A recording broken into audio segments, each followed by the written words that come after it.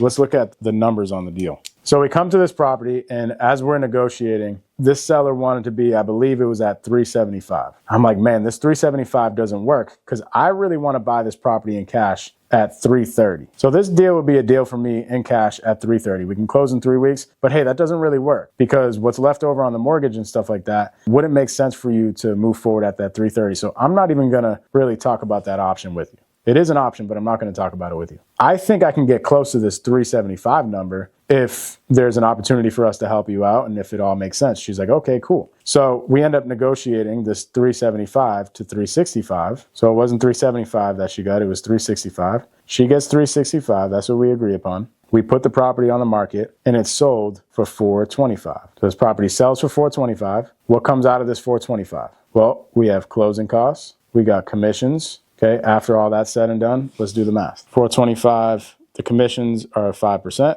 So we're gonna take 21 grand out of this, 21.25 out of this. That's for the commissions. The closing costs, they're probably about like maybe 2 grand. So we'll call it 2 grand. What does that leave us with? 23.25. So out of this 425, we got to pay 23.25. What else is left over? Well, as far as closing costs and all that type of stuff goes, there's nothing left over in that regards. But we also have to pay interest to the private lender. So there's that interest. Let's just call that interest 2 grand. So we got to pay that. The other thing we got to pay is the junk remover. That's probably going to cost us maybe $1,000. So we got to pay the $1,000. And then also we got to pay this $365. So we take the $425, we subtract the $23.25 here for the closing costs and commissions. We subtract the $2,000 that we got to pay a private lender. We subtract $1,000 for the junk remover. That brings us to $398. We subtract $365. That's what we got to give the seller. And boom, we end up with $33,000.